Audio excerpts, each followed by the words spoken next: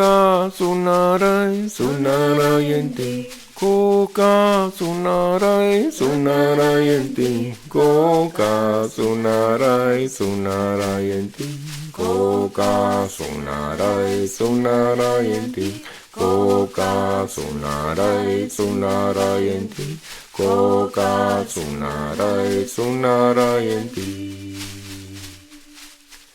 Hello, welcome to this new episode of the Mango TV podcast.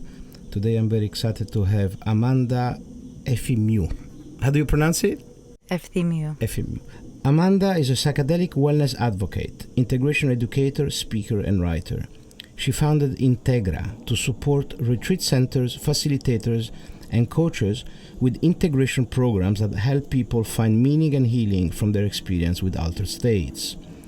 She bridges traditional wisdom with contemporary practices through her experience in the non-profit sector, facilitating forest regeneration and biocultural preservation of indigenous medicine in the Amazon basin.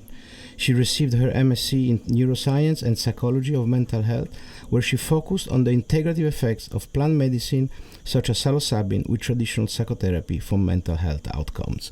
Amazing. Seems like what the planet needs the most today almost. Welcome, Amánda. Thank you. So, yes, as our listeners know, we tend to focus on personal transformation, and we are particularly interested on the cathartic moments that led to the transformation.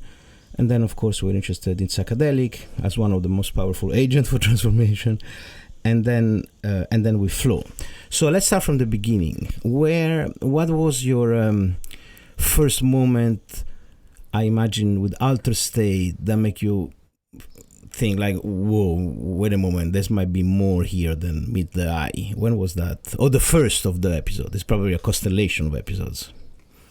Yeah, so for me, it started about, that first moment was 8 years ago. I was living in New York. I had been suffering for a long time from depression, anxiety, bouts of this. And I was a walking pharmacy of sorts. I was taking all kinds of pharmaceutical drugs.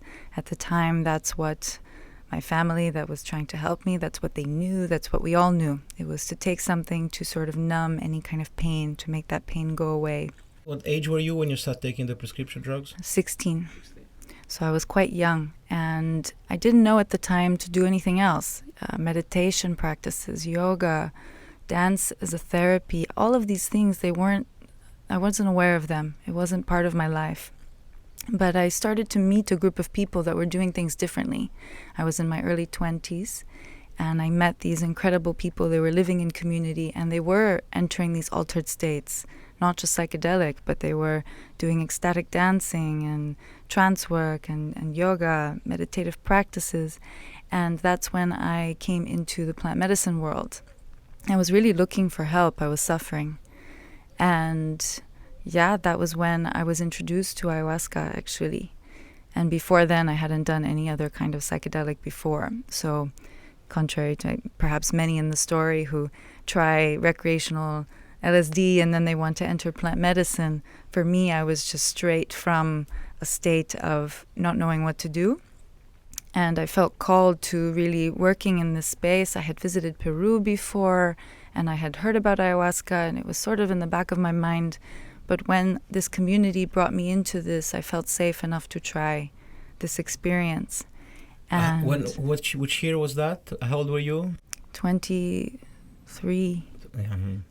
And that was in upstate New York or something? That was in Vermont. Vermont, yeah. With the shaman of which lineage? It was a Peruvian lineage, Shipibo lineage, yes. So that was 2000 and just to give a sense of what was happening. 2014. 14. Yeah. So, okay. And so how was it? So it was, for me, I this was very new. I didn't realize what I was getting myself into. I was prepared, but I don't think anyone can ever really fully be prepared for something like this. And for me, it was a moment of really understanding that I didn't need to rely on something else to heal myself, that I actually truly had it within me, in my body, in my soul, that I had the power, the autonomy to take care of my own healing practice. And it really opened the door for me. It showed me the way. It didn't cure my depression. I didn't all of a sudden wake up the next day completely well, ready to take on the world. But it allowed me to take that power back, to be able to fully step into this process without externalizing, without just trying to numb myself whenever something difficult came up. So it really began a number of years of self-development that followed. So how bad was your depressive episode? You couldn't leave the bed for days, or it was just a voice in your head? At that point, by this time, I was already more in like anxious states, I would say. I had like bouts of depression, and it would be more anxiety. So I wasn't in a very intense chronic depression. It was really at this stage like more, if I had a panic attack, I would take a Xanax, for example, to just not feel anything. So this was really allowing my body to feel everything and look at it with love and compassion instead of trying to run away with or judging it, or says I have a disorder. Exactly. Yeah. Yeah. And so and then from then, what was your journey? Yeah, from then it was interesting. I almost had like a double life of sorts, because I think back then I wasn't ready to share this with the world, with most of my friends, my family. I went back to the tech world. I was working with some startups, and this experience was there. And I went back into therapy, and I continued to do traditional therapy. But I started to kind of in the underground, like alone, start to do other practices like meditation and sort of self-guiding my integration process. I didn't even know what integration was back then. Do you mind talk a little bit of what type of therapy? When you say traditional therapy, it was like talk therapy? Talk therapy, yeah. And some EMDR. So the therapist also did EMDR work with me, which helped. Remind me what's EMDR? EMDR is, I don't know the exact what the letters are, but you sit in front of this board that has a light that travels back and forth, and you're watching the light, the dotted lights, travel while you're thinking of specific experiences. So you're prompted to do a certain thing while that's happening, and it kind of rewires a bit your processes. I don't fully understand what happens, but it did help. It did help. And so there was a moment where you thought, okay, I'm not completely healed, but I might be healed enough to then take action or something. There was a moment like that? Yeah, I had enough. I was taking prescription drugs for way too long. Yeah. I was ready to do something else. You felt sedated, but when you started the practice with plant medicine, then how did it went into your current business? Yes, I know, long journey from there. So I had this moment with plant medicine, and truthfully I didn't go back to it for many years after that. Not many, 3 years was the next time I did plant medicine again. But at the time I was, it was in the back of my mind. I was working in a tech startups, and I wasn't feeling fulfilled. I knew that there was something more I needed to do. And this was part of a story. This was my story that I wasn't sharing with the world. And I felt like there's something there to pay attention to. And I actually decided to go back to university. I wanted to understand what the science and the research was. And that's when I went back to King's College in London to do my Master's of Science. And I said to myself, okay, I want to understand the neuroscience behind this. Maybe that will help find my way. And it was when I was completing my degree that I met the founders of a company that was investing in psychedelics. So they were sort of a fund that was investing in the infrastructure of psychedelic therapy. And that's when I really got started by having this bird's eye view of the industry and where the resource is going. What does the infrastructure look like for safe, accessible psychedelic therapy in the United States? So this is many years later. I said, wow, I found myself right into the business element of the industry. And while I was working for this company, I mean, integration for me has always been so important. I was studying it in university. I realized from my own personal experience how essential it is to actually creating lasting transformation. And I said, okay, well, no one is looking at this. There seems to be this white space right now. Yeah, this is so important. People don't realize it, that the whole point is to transform the peak experience into a plateau experience that lasts. Exactly. Yeah, and so much attention has been placed in the last couple of years, especially 2021, 2022, and we have this kind of investment bubble where a lot of venture capital was being poured into drug development. People are getting excited. They're seeing psychedelics as another magic pill that can, solve all problems for all people in all situations. And people don't realize that to see drugs go through clinical trials and to see effectiveness, it takes many, many years, a lot of patience. This is not a cannabis 2.0. People aren't just going to come out of this making a lot of money really quickly. And so there was a lot of focus on this side in what I saw and what I experienced. And also companies that are trying to support the infrastructure from a tech perspective, very necessary infrastructure. For example, how you connect people with therapists or retreat centers, what it looks like for health insurance reimbursement. All of these things are very important. But ultimately, integration, I feel, is what we really need to be looking at in this space for it to be meaningful. Absolutely. But so let's continue chronologically. What did you get from your master in neuroscience? Did you understand how this medicine worked? So it's interesting because perhaps when I got it, the number of studies since then have multiplied by tenfold. And so what I learned is that it's still very new and that we still don't understand everything. But what I did see is that there's still, even in research, the focus on the effects of the medicine in the short term. And also, in research, it costs a lot of money and it takes a lot of time to do this work. And so if we can determine that psilocybin is effective in treating depression based on 1 or 2 sessions, where is the resources going to go to actually look at longitudinally how long, what the effects of psychotherapy, or, I'm saying psychotherapy because even in the studies themselves that I was looking at, I did basically a review of the existing research.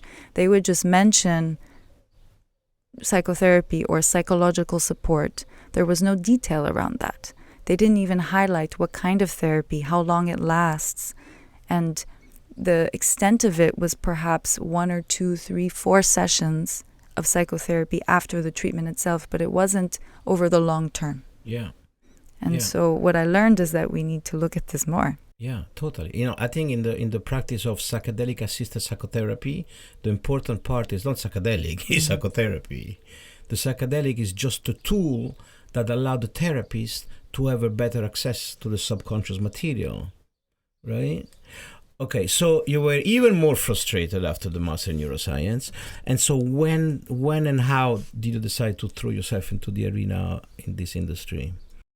Yeah, so I was frustrated. I was also working with this investment company, learning a lot, really understanding what's happening as the business is evolving, who are the people that are making the key decisions. It's very much a medicalized conversation still. Right now, I just came from a conference, the biggest psychedelics conference to date, and it's very much focused on the medical. I just want to allow me, sorry, I just want to give you another anecdote. That was the MAPS conference in Denver, 12,000 people. I went to one of the first one, definitely the first one when they talk about ayahuasca. I think it was 2007. And I remember on the local paper in Oakland, it was called Mercury News. There was I was looking, did the press cover that? It was maybe 50 people. Wow. And they say, bunch of hippie celebrate preliminary and inconclusive research on benefit of psychedelic. I feel like getting that report and sending. Wow. Anyhow, so sorry to interrupt. That's wild. 2007. See how far we've come. Yeah, incredible. It's incredible. Yeah. 12,000 people. And, for whatever reason, and I understand their focus is really on, MDMA for PTSD, nearing the end of their trials. It's going to be legalized for that indication, very much a medicalized conversation. And that's necessary, and that's what's needed maybe for these 12,000 people to even band themselves together to have a credible conference around these medicines. But, working in the space, I realized that there's such a strong underground scene. There's people that are doing these things not with a clinician or a therapist next to them. There's this whole ceremonial context, the world of ceremony, that actually is the way I entered the space. And I see from my experience working with this nonprofit, I go into the Amazon to work with indigenous communities that are stewarding ayahuasca and Santo Daime. And I see that there's this whole world. And the people that are entering these spaces are the ones that need the most frame for integration, because it's not going to come a traditional way. It's not going to be just, I'm going to see a therapist, I will have a ketamine infusion, and I'm going to have 3 sessions of psychotherapy afterwards. And so how can we support the people that don't know what they don't even know in this process? People like me who are looking for help and support, or maybe it doesn't even have to be for those of us who coming from a serious mental health issue, but they're just curious, they want to connect, they want to have a spiritual experience. All of these need integration in our context. We don't live in a natural state of where integration is possible. For example, people ask me, based on my experience in the Amazon, what do the indigenous think of integration? And for them, that's not a concept, because their life is integration. They live in nature. The spiritual leaders that are working in these ceremonial contexts, they're living next door to they're there, they're present. And so we don't live in that kind of society. Yeah. And so it's our responsibility to find a way that works for us. Yeah, that's a key question. We don't live in that kind of society. We live in a society which is ontologically almost the opposite. Mm-hmm. We live on a secular, materialistic, problem-solving, non-embodied, where altered state episodes are considered pathology and get sedated for that. In their world, people would have vision and you would consider a medium. In our culture, you have vision and you get labeled psychotic and sedated. And so that's why sometimes I feel that I want to hear you more, of course, but sometimes when people talk about integration for the secular materialistic guy, it's good luck with that. It's like taking the Flintstones from the cavemen and you put them one day in Manhattan and they're there in a skyscraper and everything, and then at the end of the day they say, okay, how was your experience? Let's integrate that. So how much you need with the caveman? You don't even have the language. So, okay, but just to keep a little bit the chronology, you were working for a startup looking at the business of, a little bit like when they were like looking for gold in California in the gold rush. There were like people selling shovel and stuff like that, right? So now it's still on the business side. How did you get into helping others in a more direct way? Yeah, so, even while working on the business side, I was also directing this nonprofit. So there was this element there that's been the thread for me for some time of really bridging this traditional wisdom with contemporary world. And I'd also been slowly doing practices and facilitation of integration without even fully realizing it's integration. I've been hosting women's circles for many, many years. And for me, I find that to be a really beautiful way of connecting people consistently to a space of sharing and being able to hold space for this process.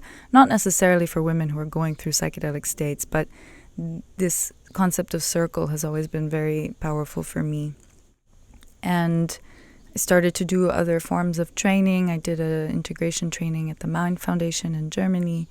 And just getting into this space more thoughtfully over the last 2 years.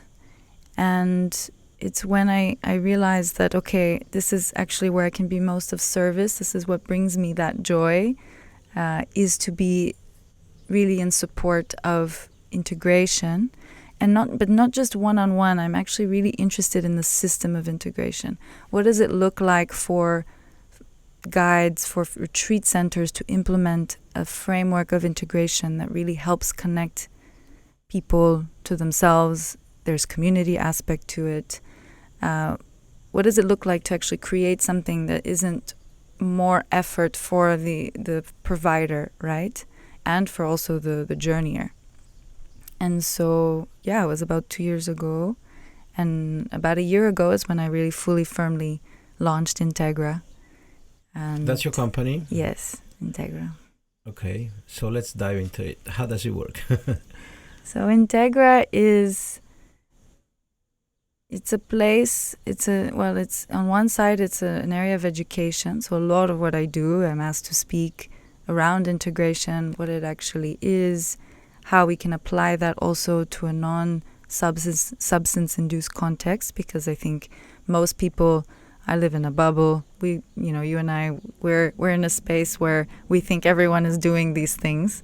But that's not the case. People are still at the early stages of curiosity and opening slowly their minds to the idea of working in these ways. So integration as preparation also, you were saying? As preparation, very important. Yeah. Integration as preparation, as understanding what are the questions to ask before even going into a ceremony. Yeah. How do I know that this is right for me right now? Am I ready for it, in the sense of, are you already working with an altered state? Do you have a consistent meditation practice? Do you know what it feels like to have this deep connection with the body and to not have the mind really like take over every second of every day?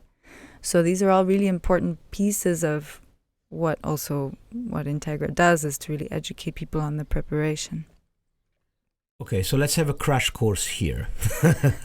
How long, when you say, okay, I imagine that, how long is a traditional, how do you work? Let's say that I approach you on the website and there is, okay, listen, I heard about this medicine, I have depressive episode, anxiety, I have too much on my mind, or I have, all the addiction, depression, anxiety. I want to look at this plant medicine.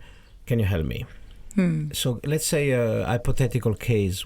How do you guide me? How do you prepare me? Where do you send me? And how do you integrate me? Okay. Well, I will say that INTEGRA is offering this kind of frameworks for providers. So for facilitators. For facilitators and coaches. Actually, coaching I'm starting to see as being like a real need.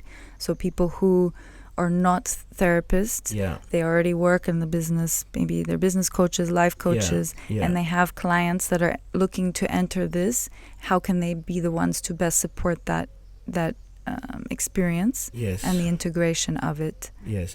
Okay. So let me change who I am. I'm not a person interested in psychedelic. I'm a can go both ways. I'm a licensed psychotherapist, for example, from England. I did my 2-year master, and that's a tricky one, right? Mm-hmm. Okay, so scratch that. I'm not a psychotherapist. I'm an underground psychedelic doula.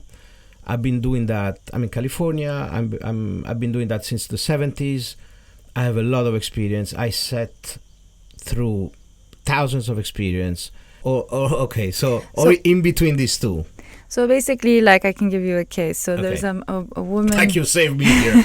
It's okay. So there's a woman who's a microdosing coach, for example. So she doesn't necessarily provide, or she tells me that she does not provide the medicine itself. She works fully in the legal realm. She comes from a life coaching business, and now she's starting to support people with the microdosing protocol and most importantly, this integration. And so, she's like kind of coming into it with a little bit of personal experience with medicine.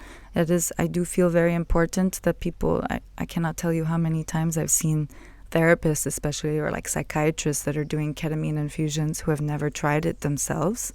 It's, for me, I would say, first question is, do you have any experience with an altered state by substance? So that would be my first question. So, She's working with mushrooms mostly. I don't believe she's worked in deeper sort of like ayahuasca or peyote or anything like this, but she's starting to feel this connection with this medicine and wants to support through her coaching practice. And so how we would work is essentially like it would be an establishment of, firstly, I do feel that when working in this space, there needs to have a very strong intention, one that is not guided really by ego or by the why needs to be very clear, and also with that understanding that with that clear why of why they're entering this space, that it's transmitted to the journeyer, right? So that we've seen so many times with shamans, these sort of fake shamans who have done many ceremonies, and they're just kind of there in a space of ego, of like are doing this for themselves. And it's important that that's not transmitted to the journeyer, whether subconscious or not. And so I really first want to get very clear on the intention. So we kind of set the values and the system by which they're going to be working with this medicine, or with this integration work. Is it also, what is this in relation to their full ecosystem of work? Is this their only way of receiving, making a living, for example? This is another question maybe contemporary guides often have. Is this their main source of income? That also shifts the balance a bit of how many clients they might take and for how long, and for, knowing the boundaries. Okay, so number one, integrity. Integrity. Yeah. And that's also the base of INTEGRA for me. It's really integrity. Yeah. And so then it's about understanding where you are in terms of what you can do and what you cannot do in your particular role. So, for example, a coach, it's interesting, we're trying to find like a good example. Psychotherapy is more complicated. So as a psychotherapist or a clinical psychologist, your capacity is larger to take on, for example, cases of people who have serious mental illnesses, who are suicidal, who have very severe traumas. A coach, if someone comes to them and shares this information, a coach needs to know whether or not they can do that kind of work, and the answer is most likely no. So it's also understanding your own abilities and knowing when to refer out and when to do that without, again, back to the intention. Why are we taking on these clients, and not taking on somebody who can cause more harm than good. But so how do you help them? You need to... I totally understand. It's very important. You're helping the facilitator that want to start working with this medicine with clients. You need to help them to understand very clearly their limit, their boundary. But how do you do that in the abstract? You need the concrete. Maybe they're gonna call you saying, "Listen, I have this person with this profile. Do you think I'm qualified?" How do you do that? Well, so this is something we teach my co-facilitator in the retreats that we do as a clinical psychologist. So in her, she's the one that actually has this sort of set of principles based on her own work in that field. There is in her training, yes, she received, these are the limits, and this is the line between psychologist and just coach, right? Yeah.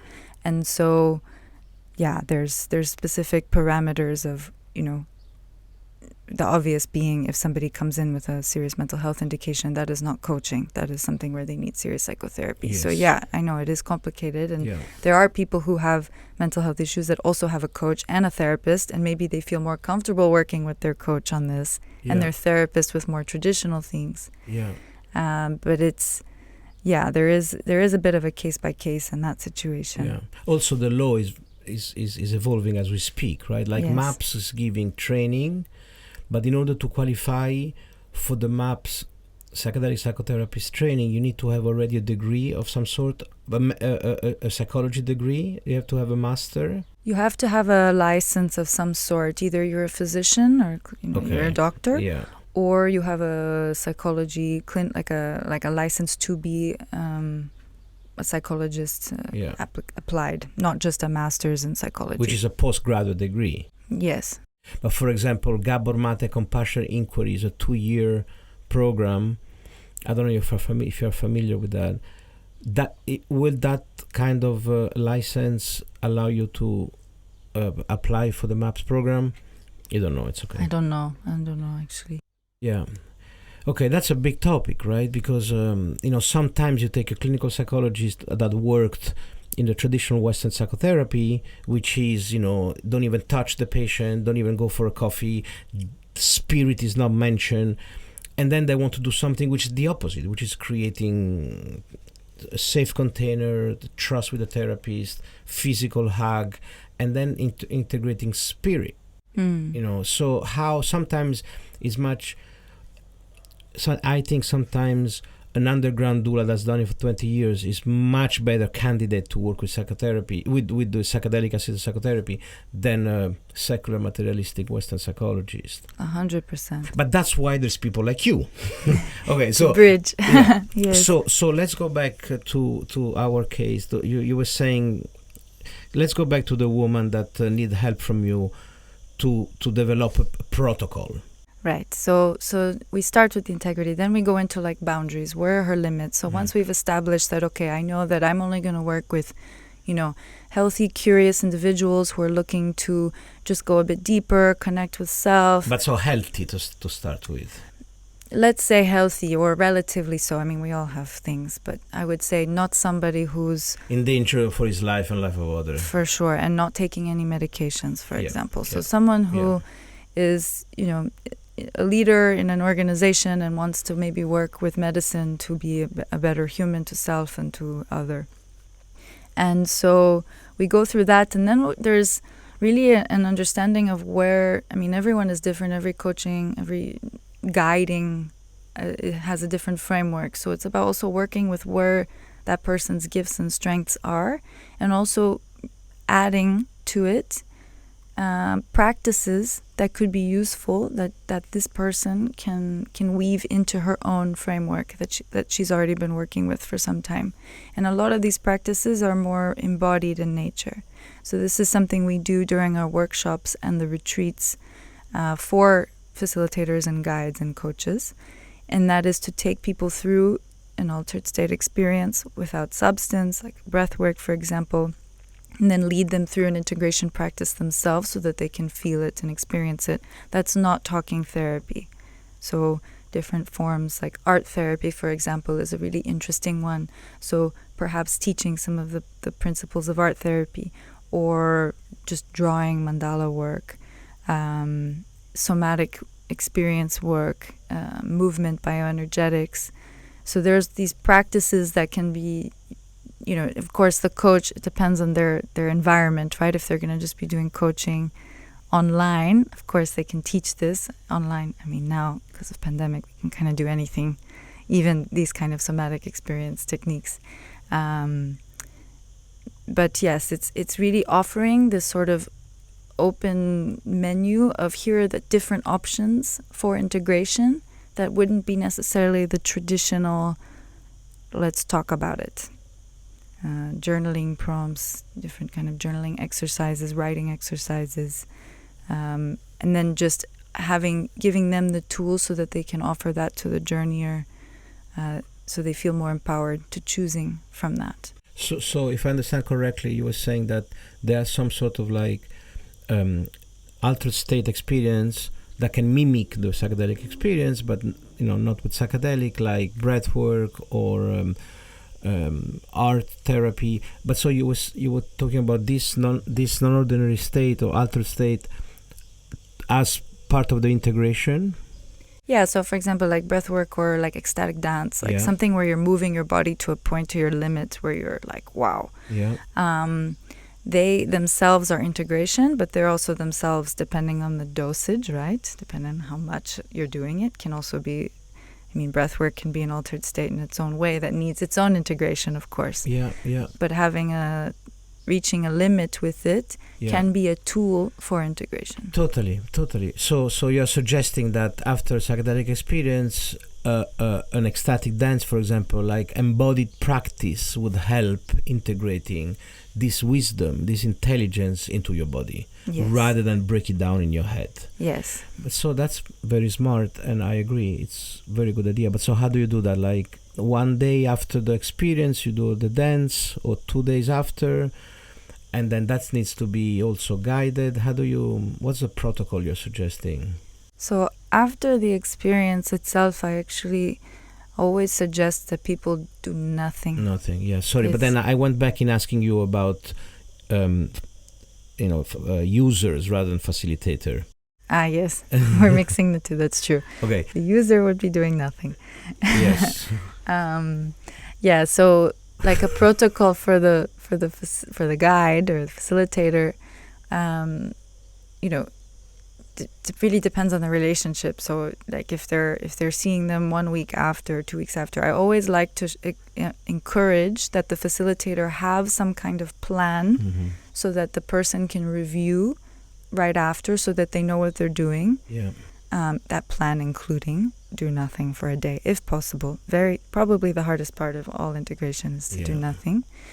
And then the guide can come on a call 2-3 days after, and really feel it out and sense where the person is, and if talking about it makes sense, because that's what the person really needs to do.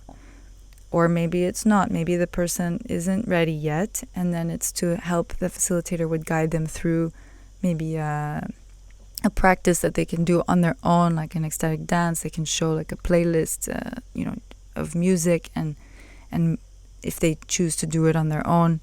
Yeah, integration is complex because it requires the person being there, facilitating, guiding. It would be so nice if everyone had like 3 weeks after to go on another experience where they can be guided through all of these processes, which is why also talking therapy or maybe journaling, these kind of activities are more often done because they're easier to translate and to transmit. Yeah. Right. Yeah, no, it's very difficult, even because ontologically it's so different, because this medicine open a different interpretation of reality. Yeah.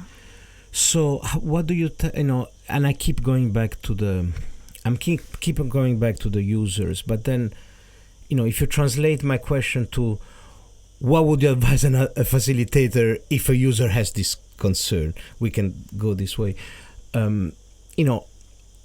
What happened, there is, for example, that there is a typical, encounter with entities. So user encounter these entities, and it can go both ways. There can be benevolent entities that make you feel welcome, and they make you feel like we care about you. It feels like a muse. You feel like an angel, a guardian angel. You feel like you're not alone. So you come back and you feel energized, empowered, reassured, even that you may even belong. And then there is the opposite, where the entity is malevolent and doesn't make you feel welcome, and actually is angry at you, saying, how you dare come and bother me and crushing my realm and without permission, and you see zombies everywhere, and so either way, these two experience or these two outcome are extremely difficult to integrate in your earthy life. So what would you teach a facilitator what would you recommend a facilitator to deal with if this person is under a state of shock for one of these two outcomes? That's a great question. Very difficult. Very difficult. Because if I go straight to me, for example, if I encountered entities, I would go to my shaman and ask for a guidance and cleaning. And this is like so beyond the realm of, what we in our Western mindset can even, I wouldn't even know how to approach it myself to integrate that beyond just accepting that it is with the knowing and the knowledge that this intelligence is here and it's in my life for a very specific reason, and to trust in that. How do you say just trust? But also, is that undermining somebody's experience by saying that, right? By saying what, sorry? To just trust in that's there for the reason, because like you said, the malevolent ones can put people in a very disequilibrated state and of shock. For me, when this stuff kind of comes up, it feels like the body is what needs to be the processor. Ultimately, our body knows. And this kind of shock needs to be processed through release. Okay, that's very interesting. So let's try to unpack that a little bit more. So how a realization of a different dimension, then, we did this distinction between malevolent or benevolent entities, but then if we want to even make it more complicated, there should be another distinction about, okay, are these project of my imagination, is this a representation of my subconscious, or they are independent sentient beings that have agency, that have a life on their own, that can interfere with human affairs and maybe help us or sabotage us. They can curse us or they can inspire us. So let's going back to what you said about the body, which I think is very important, but I don't fully grasp it. Try to elaborate a little bit more how these energies, which are unusual and incomprehensible to our Western psyche, how this information can absorb by the body and then make more sense. I would say it's not necessarily the information is being absorbed by the body. It's that we need to come back to our body to realize ourselves on this physical plane, to ground, to realize that yes, if there are these entities that are maybe not figments of our imagination, they exist, they're here, to acknowledge that, but come back to us. I think a lot of times we might get lost in the fact that we're, at least from my experience, if I see something or experience something, I want to grasp, I want to go and travel back or try and connect. But the more I connect with me, with my body, with the ground, with the earth, with nature, just like my reality, the more I can feel rooted and comfortable in that awareness of that happening. So we're not going to change. We can't change what happened or what we saw, but we can just be more in our own selves to feel like we can move forward. That's all we have is us. I see. Yeah, it's like if you have a good relationship, if you have done the work to integrate mind, body, and spirit, then you can absorb this information without feel destabilized. It's like it's more. You can acknowledge it, but you feel like in a way strong in your body that whatever happened, the presence of other reality should not destabilize your sense of being, because your sense of being is ultimately reinforced by this integration with your body. Exactly. And some people maybe want to go further and deeper and understand and connect with these entities, and that's a whole other thing. That's where I've certainly reached my limit of what that kind of integration looks like. But ultimately, we need to feel the firmness in us. But you see, that's where it becomes even more complicated, because after a while, okay, the microdosing, the medium dosing even, you can have, how it is in the brain. It reduces the default mode network between the prefrontal cortex, the medial cortex, and the thalamus. Then, Michael Pollan called it the egoic armor. It weakens, it reduces the blood supply, it reduces the egoic armor, and so you're less attached with your biography, to your story, what happened when you were a kid, who do you think I am, the trauma I think I have, the neurosis I think, it basically allows you to reinvent yourself, and all that part is crystal clear. But for long-term user, there is a moment where you feel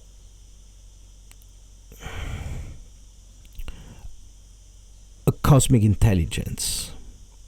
It's unless you are, there are people that keep on doing ayahuasca just because they feel the peak experience, but for people that, okay, I don't want to judge it, I just want to say many people, after some regular psychedelic experience, they have a sense that, okay, this medicine, they're not just making me feel better, but they give me, it's like a door to a field that David Bohm, the physicist, would call implicate order, that Rupert Sheldrake would call morphogenetic field, is like an intelligence pattern. Even Martin Luther King was saying that the moral arc of the universe is very big, but it exists. So even not necessarily from the spiritual world, but something like Dr. King said, there is an arc. Barbara Max Hubbard says that, consciousness is evolution of evolution. I think there is enough literature from non-ordinary experience like remote viewing, telepathy, previous life, memory, and then the skeptic scientist would then says there's no proof. But anyhow, I think that there's enough evidence to even have a conversation about there is a cosmic memory bank. There is this Akashic records, and this medicine can allow you access to it. But so the question is, this will come up with the facilitator. That's going to be a big. How do you deal with this? How do you deal with this kind of topic? How? Okay, let me ask you this, because you already answered me. You said, okay, you work on your body and you try to. Yeah, but I think you bring up something so interesting, because like for me, this is. I would argue this is not like this type of person who's already reached these kind of realms and is having these kind of experiences. Yeah, they're not. Sometimes you can get it the first time. That's true. Some can get it the first time, and many. Or the second, or the third. Yes, and they might go through a spiritual emergency, in which case people, there's like a whole thing, right? But like, this is like I wouldn't say they should be going through a typical integration. This is like beyond, right? Asking these people who are having these kind of interfaces to just sit down and journal their experience is so diminutive to really what's happening. They should go to a theology course. I mean, it's like, this is where it becomes more in the realm of shamanism, and like, this is beyond like my personal scope, and this is where I would say why we need to have more of a bridge with shamanic practices and not just medicalize and make clinical, because they do not have the capacity to deal with this kind of understanding. Who? The Western facilitator? Yes. But then that's where I think that it's only when we're going to integrate, because I totally understand what you're saying. You're saying, okay, listen, there's a certain phase, there's a certain approach with psychedelic, which has more to do with personal development and healing and empowerment, and that's what we're doing. And then there is another stage or another phase or another level where we're talking about different dimensions. But until we're going to have to find an ontology to integrate them, otherwise it's always going to be, because these medicine, they're not for personal development, they are for talking with spirit. That's how they've been used for thousands of years. So now here we are, Western colonizer again, we take your medicine just because we want to be more productive, and then we say, oh, when we see spirit, we'd go back to you. No, that's what's happening. But so what we're going to do about it? Okay, do you want to know my theory? Please. My theory is this. Okay, so are you aware about this DMT infusion experiment, right? Yes, the Imperial College has been doing a study injecting psychonaut, experienced psychedelic user with 40 minutes of extended states of DMT. So this idea that you keep the participant in this high state of DMT for 40 minutes instead just for the few minutes when you traditionally vaporize it. Okay, so we're doing it. I did the experiment myself like a month ago. We're doing a documentary, and one of the sponsors of the study, his main objective is to allow interaction with the entities. He says this is just the beginning. 40 minutes. You can, with this technology, with the intravenous, with the anesthetic machine, you can keep the psychonaut in that state for hours. I mean, wow. I'm gonna say days. Wow. You can go down. You can, take a skilled psychonaut and send them there in a DMT world for 20 hours. God knows what happened. Already now 20 people went. And I'm going to put in the show note a YouTube conversation with Graham Hancock and Andrew Gallimore, who invented this technology, with 4 psychonauts, and you can hear from them their recollection. But so, there's been, of course, a lot of many entities has been seen. But then there's one psychonaut, Ali Biner, from what was the name of his podcast? Well, he's from Rebel Wisdom. Rebel He's a friend Wisdom. of mine. Yes. He says that, he had a very deep personal experience, and he's very vocal online about it, with his relationship with his mother and with the feminine. And he said, and I totally agree, that Terence McKenna created a disservice to the DMT by popularizing DMT as a word out there, that you go and you see the elves, blah, blah, blah.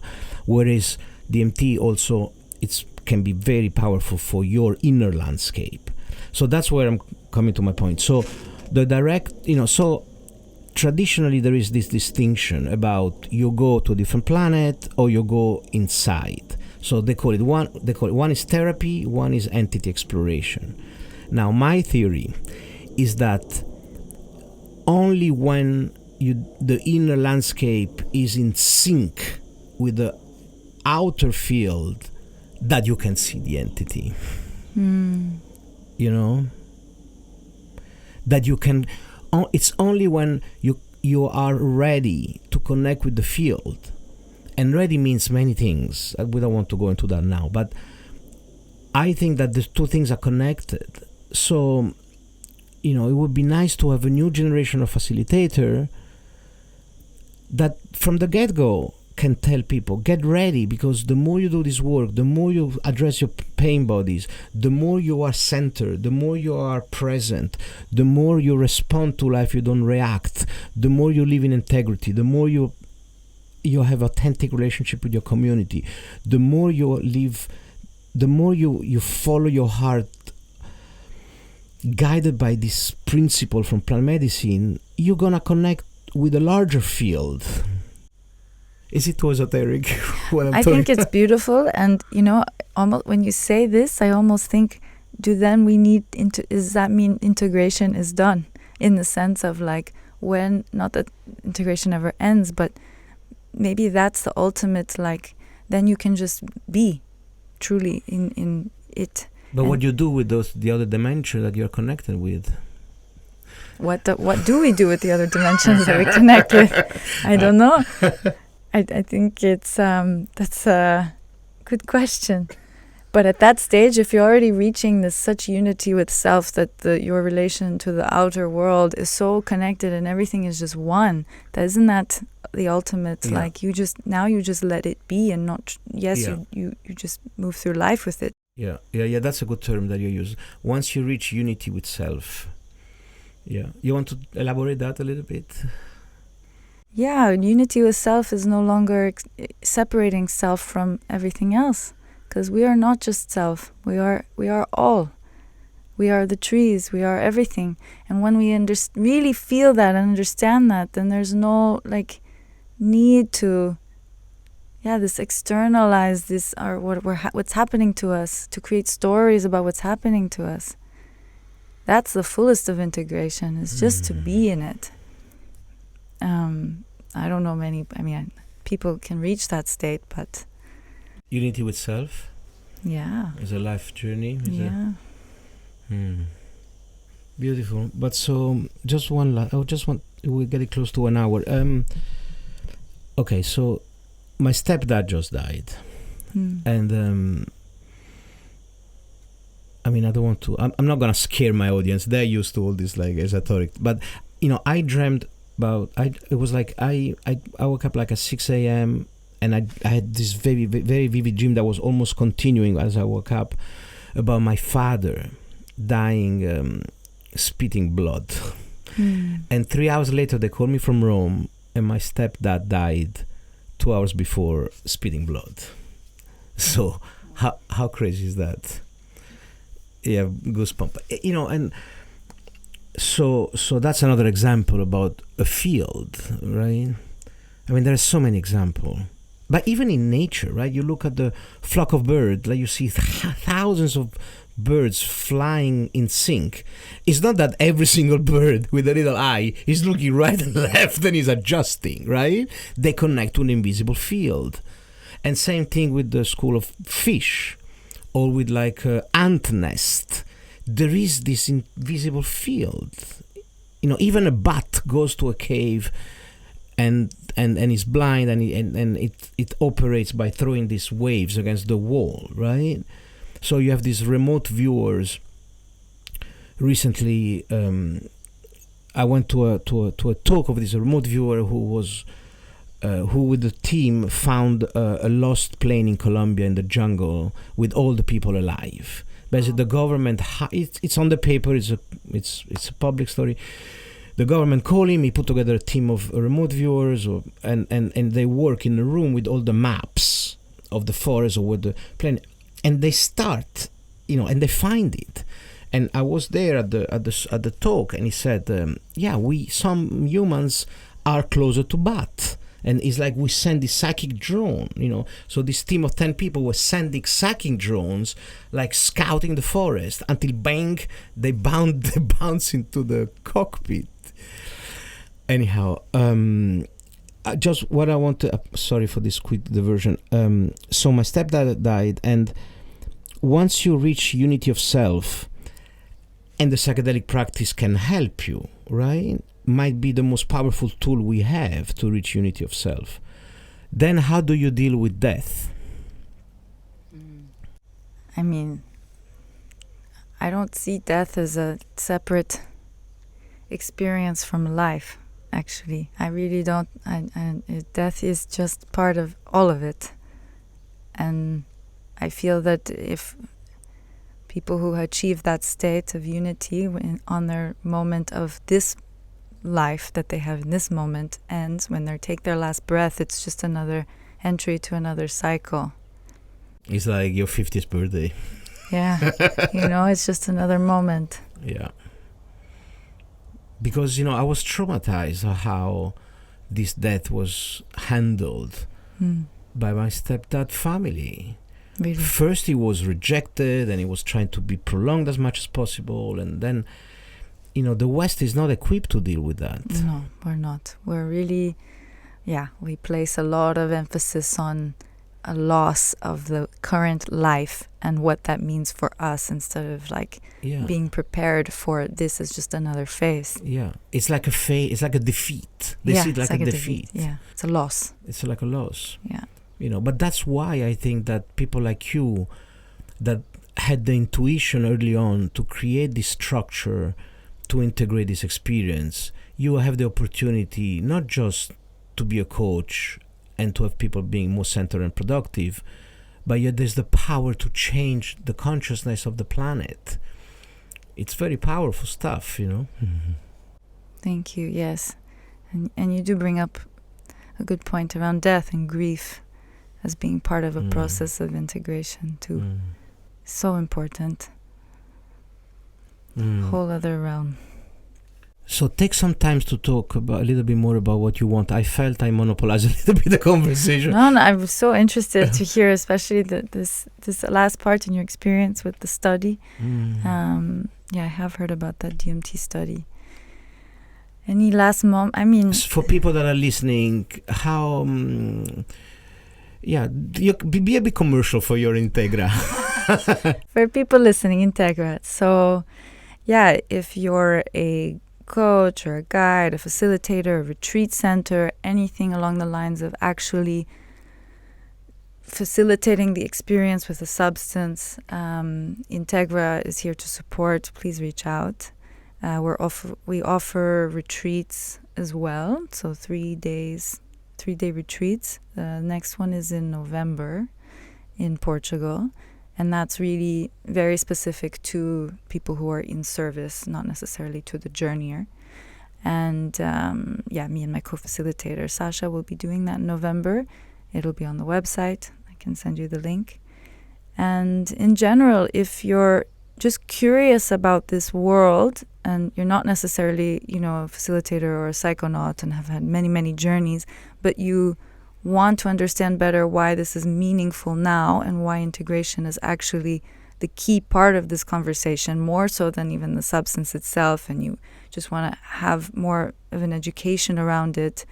I also do talks and workshops around this, like what is the meaning of this?